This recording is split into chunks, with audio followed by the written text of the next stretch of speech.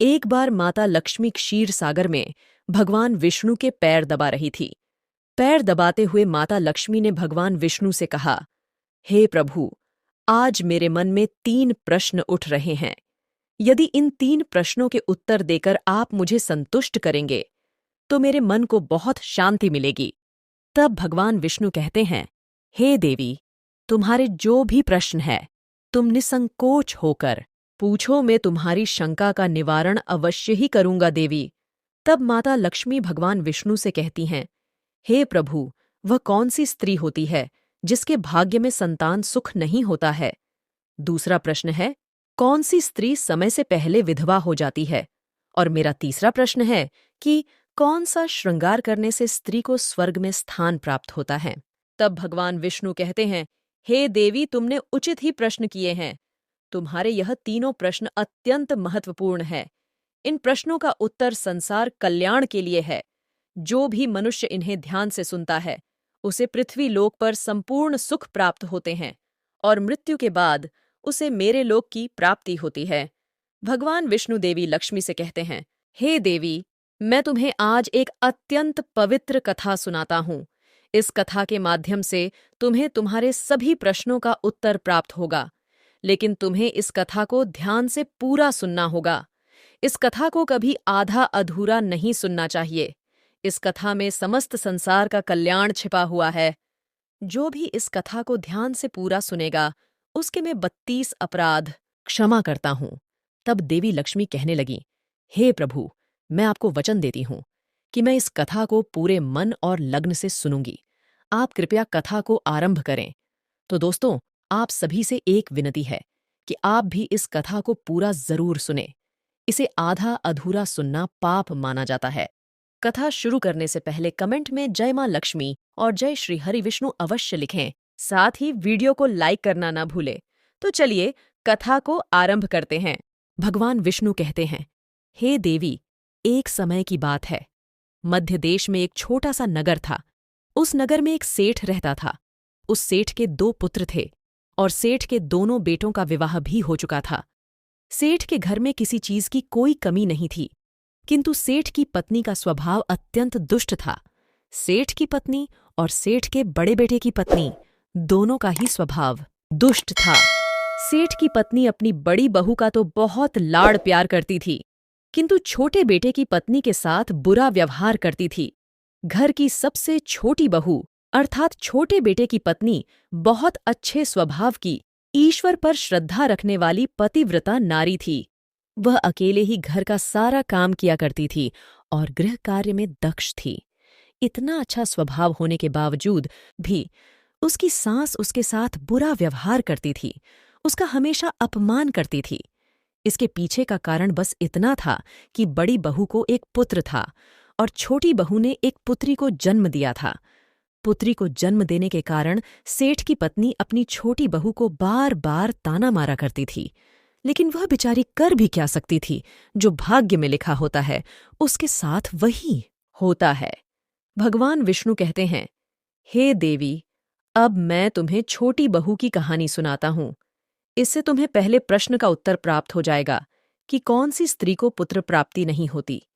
हे देवी, सेठ की जो पत्नी थी वह पहले से ही दुष्ट और कुटिल स्वभाव की थी। उससे उसकी सास भी परेशान थी। सेठ की पत्नी अपनी छोटी बहू को सबसे ज्यादा दुख देती थी। छोटी बहू का नाम था सुकन्या और सुकन्या को सताने में उसकी सास को बहुत आनंद आता था। सुकन्या बेचारी रोज सुबह ब्रह्म मुहूर्त में जागकर अपने घर के काम करती थी और दिन भर काम करने के बाद उसे रात्रि में ही सोने को मिलता था। इतना काम करने के बाद भी सेठ की पत्नी अपनी छोटी बहू से ही द्वेष करती थी। जब छोटी बहू काम करती तो उसकी सास उसको जाकर ताना मारती थी, तेरे हाथ में जान नहीं है क्या? इतना धीरे धीरे काम क्यों करती हो? जल्दी जल्दी काम क्यों नहीं करती हो? मैं मंदिर जा रही हूँ, मेरे लौट कर आने से पहले तू भोजन बनाकर तैयार रखना और आते ही मैं उस भोजन को ग्रहण करूंगी। और एक बात कान खोलकर सुन ले, अन्न का एक दाना भी बर्बाद नहीं होना चाहिए।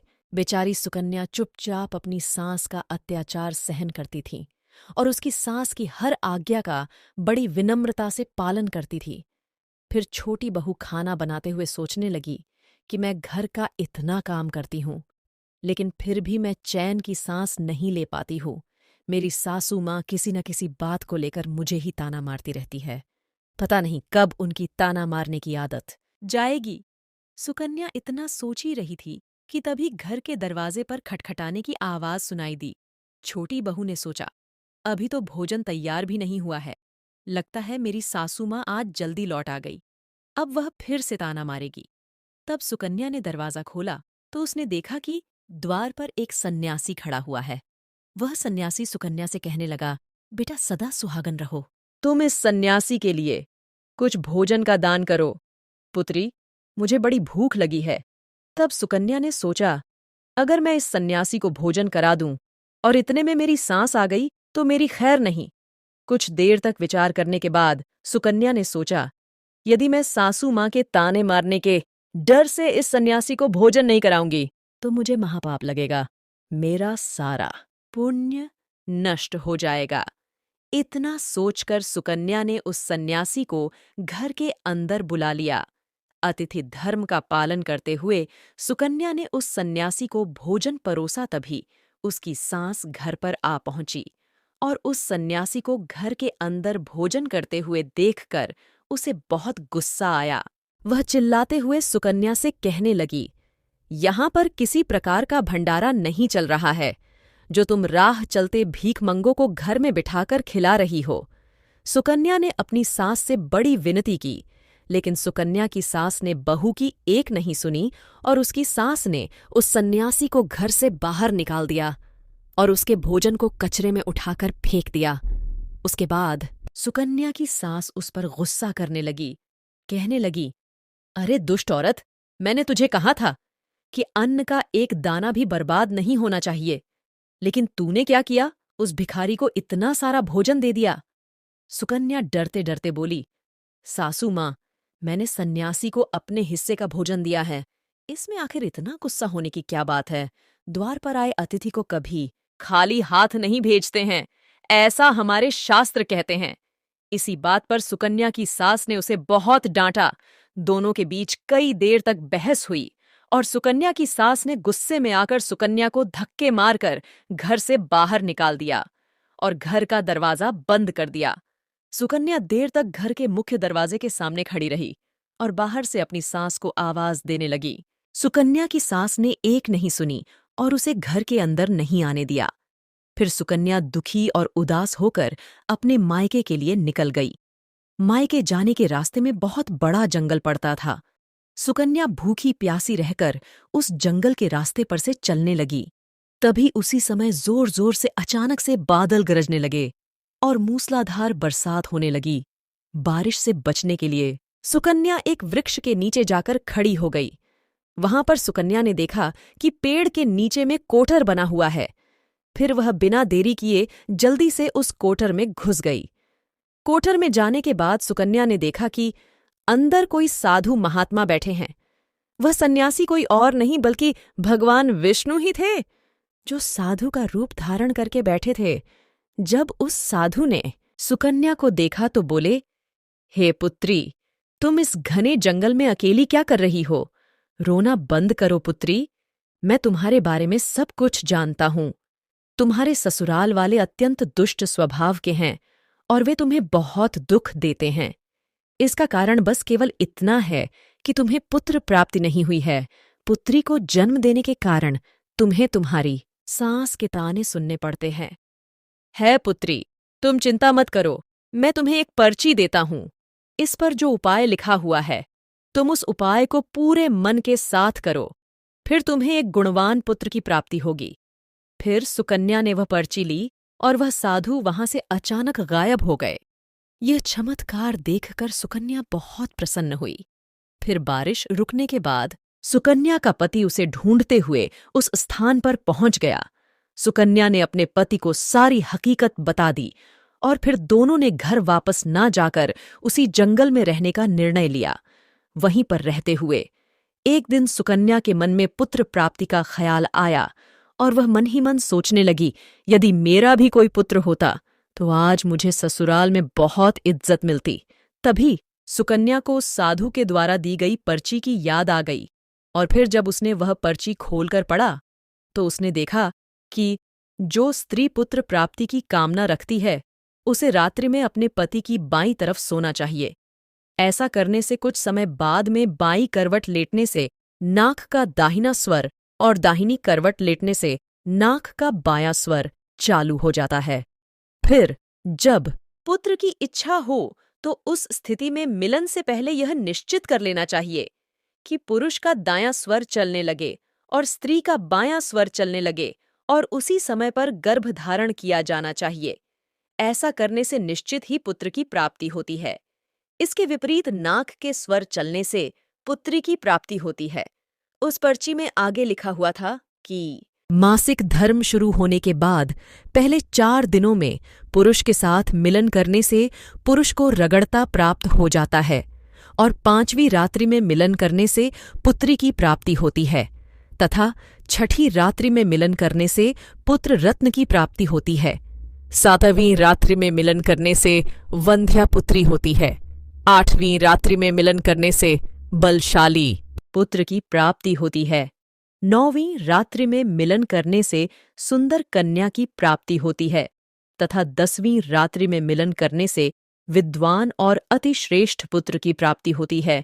11वीं रात्रि में मिलन करने से सुंदर आचरण वाली कन्या प्राप्त होती है। 12वीं रात्रि में मिलन करने से गुणवान पुत्र होता है।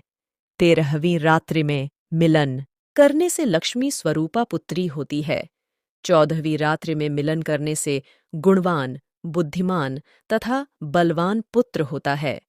फिर सुकन्या ने मासिक धर्म के बाद 14वीं रात्रि में अपने पति के साथ मिलन किया और उसके बाद गर्भ धारण किया। फिर दूसरे दिन सुकन्या का पति जंगल में लकड़ी काटने के लिए चला गया और सुकन्या घर पर ही थी। फिर अचानक से तेज तूफान आया और सुकन्या की झोपड़ी उड़ गई। फिर सुकन्या दौड़ती हुई उसी पेड़ के कोटर में जाकर रुक गई जहां पर उसे वह साधु मिला था। सुकन्या वहां अपने पति की राह देख रही थी कि अचानक वहां पर 2 राक्षसी आ गई। वह राक्षसी अत्यंत मायावी थी। फिर उन्होंने उस कोटर के साथ पेड़ को उड़ाकर एक ऐसे स्थान पर चली गई जहां पर बहुत सारा सोना था। जब सुकन्या ने यह दृश्य देखा तो वह चौंक गई। सुकन्या पेड़ के कोटर में ही छिपी रही। जब वह राक्षसी भोजन की तलाश में गई तो सुकन्या ने उस स्थान पर से बहुत सारा सोना उठा लिया और उस कोटर में भर लिया। जब वह राक्षसी लौट आई तो फिर से पेड़ पर बैठकर वे उस पेड़ को उड़ाकर उसी जंगल में आ गई। राक्षसियों के जाने के बाद सुकन्या वह सारा सोना लेकर अपने पति के पास चली गई और उसे वह सारा सोना दे दिया। फिर पति और सुकन्या दोनों ही अपने घर लौट आ गए। वहां जाकर उसने वह सारा सोना अपनी सास को दे दिया और सारी हकीकत बता दी, जिसे सुनकर उसकी सास को बहुत गुस्सा आया और बोलने लगी, अरे मूर्ख औरत, तू बस इतना ही सोना लेकर आ गई। इतने सोने से क्या होगा? मैं होती तो बहुत सारा सोना लेकर आ जाती। फिर उसकी सास भी उसी जंगल में जाकर उसी कोटर में छिप गई और राक्षसियों की राह देखने लगी। तभी वह 2 राक्षसी वहां पर आई और फिर उन्होंने उस कोटर को उड़ाकर एक बर्फीले पहाड़ पर ले गई। यह देख सास बहुत क्रोधित हो गई और बोलने लगी, ये कहाँ लेकर आई है? यहां तो बस बर्फ और मिट्टी है। तभी उन राक्षसियों ने उसकी आवाज सुनी और देखा तो एक बूढ़ी औरत पेड़ के कोटर में छिप कर बैठी है। फिर उन्होंने उस सास को बाहर निकाला और उस बर्फीले पहाड़ पर फेंक दिया। जमीन पर गिरने से उसकी मौत हो गई। इधर सुकन्या बड़े आनंद के साथ रह रही थी, लेकिन सुकन्या की सास कभी नहीं लौटी। तो सुकन्या ने जाकर उस कोटर में देखा तो वहां पर उसकी सास नहीं थी। उसे समझ गया कि लालच के कारण उसकी सास की मृत्यु हो गई। भगवान विष्णु कहते हैं, हे लक्ष्मी, जिस स्त्री को पुत्र प्राप्ति की कामना है उसे मैंने सुकन्या को दी हुई पर्ची में बताए गए उपाय जरूर करने चाहिए। तुम्हारा दूसरा प्रश्न यह था कि किस कारण से स्त्री जल्दी विधवा होती है। जो स्त्री अत्यधिक लालच करती है वह स्त्री जल्दी विधवा होती है, और जो स्त्री चरित्र का गहना पहनती है उसे मृत्यु के पश्चात स्वर्ग की प्राप्ति होती है। एक स्त्री को अपने चरित्र का त्याग कभी नहीं करना चाहिए। तो दोस्तों, इस प्रकार भगवान विष्णु ने माता लक्ष्मी को यह कथा सुनाई थी। उम्मीद है आपको यह कथा पसंद आई होगी। वीडियो को लाइक करें, शेयर करें, चैनल को सब्सक्राइब करें और कमेंट में जय मां लक्ष्मी और जय श्री हरि विष्णु अवश्य लिखें।